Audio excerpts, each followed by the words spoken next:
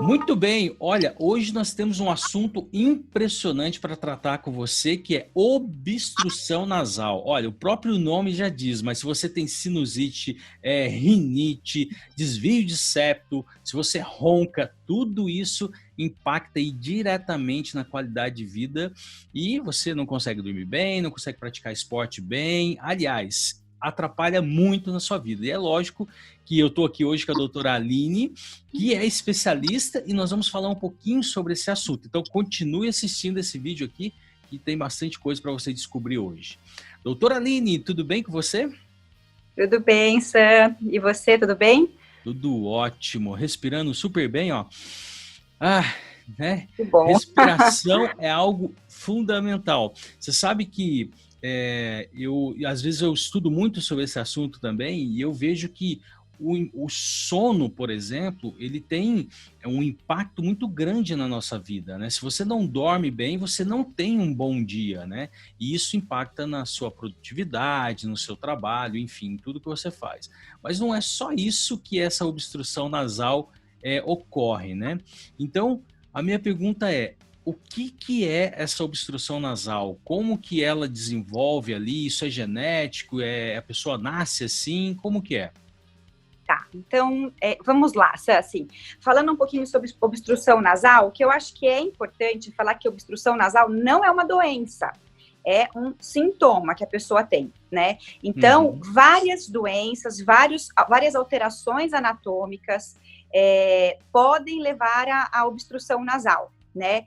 Então, assim, lógico que ninguém vai morrer de nariz entupido, exceto com uma doença só, que é chamada de atresia de Coana bilateral, que se a criança nasce com isso, a gente precisa, sim, resolver de forma mais imediata, né? Então, é um caso à parte. Mas, exceto este exemplo, o paciente não morre de nariz entupido, mas o paciente tem um grande impacto na vida pessoal, social dele, né? Na qualidade de vida do paciente, né? Exato. Então, o paciente que não respira bem, ele automaticamente acaba dormindo com a boca aberta, né? E o fato de dormir com a boca aberta tá ali expondo, né, a orofaringe. Então, o paciente pode ter faringites de repetição. O paciente que não respira bem, ele acaba perdendo a função do nariz, que é umidificar, filtrar o ar, aquecer até chegar no pulmão. Então, isso também tem um prejuízo, né, para o paciente que não tem essa filtração adequada aí, do nariz. Além disso... Mas o desvio de septo, o que é o desvio de septo? Ótimo. Assim, olha, 80% da população brasileira tem um grau de desvio de septo, né? E é importante falar isso porque é uma das principais causas mesmo, né? O que é o septo, né? O septo nasal é essa cartilagem que tem aqui. É como se fosse uma parede, ela é composta de osso e cartilagem, que separa as duas fossas nasais. Isso é o septo nasal. A maioria das pessoas tem algum grau de desvio. Ah, doutor, eu tenho desvio de septo, eu preciso operar? Não necessariamente. Se o grau do desvio for um grau leve, você não precisa operar, porque você provavelmente não vai sentir nenhuma obstrução nasal. Mas, se você tem o nariz, um lado sempre mais entupido que o outro, acaba prejudicando aí para dormir, como eu te disse antes, de repente acontece de ter um resfriado ou uma crise de rinite, tampa o outro lado, que é o único lado que você respira. Então, aí sim, a gente precisa entender o quanto esse desvio de septo está interferindo na vida, na qualidade de vida do paciente, para a gente agir. Então, na verdade, o desvio nada mais é do que o septo lá dentro, uma parede torta, que obstrui um lado do nariz, fazendo com que o paciente respire só por uma narina. E é lógico que a natureza é perfeita, nós precisamos das duas para poder respirar bem e ter uma qualidade de vida boa, né? Muito, inclusive para os pacientes atletas. Eu tenho muito paciente que é corredor, muito paciente que faz triatlon, E eles chegam para mim assim, como que eu posso melhorar minha performance? Como, né? Eu acho que eu não respiro tão bem. Porque assim, quando você faz uma atividade física intensa, de moderada a intensa, você vai abrir um pouquinho mais da boca. Você não vai conseguir respirar só pelo nariz.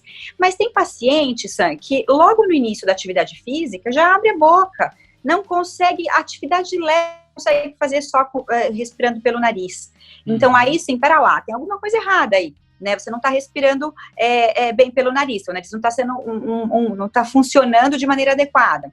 Então, aí a gente precisa intervir, a gente precisa ver o que está acontecendo, né? E é aí que entra o exame físico, que é super importante nessa. Exatamente. E sabe que você me falou uma coisa agora que chamou minha atenção, porque respirar, então, é pelo nariz. A boca tem outra função.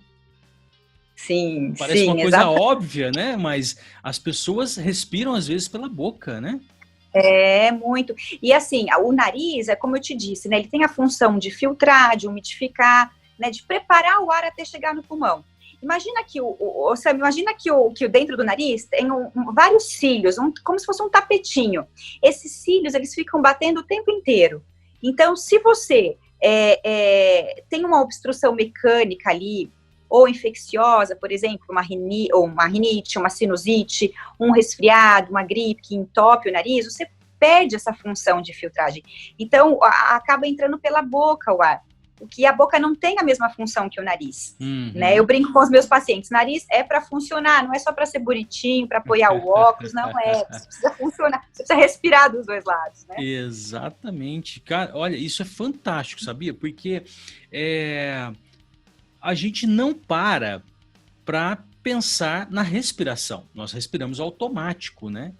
E às vezes a gente passa anos, tem pessoas que passam anos com aquela vida sem qualidade por causa que ele não parou para pensar, olha, eu estou respirando pela boca, eu tenho dificuldade de respirar, né?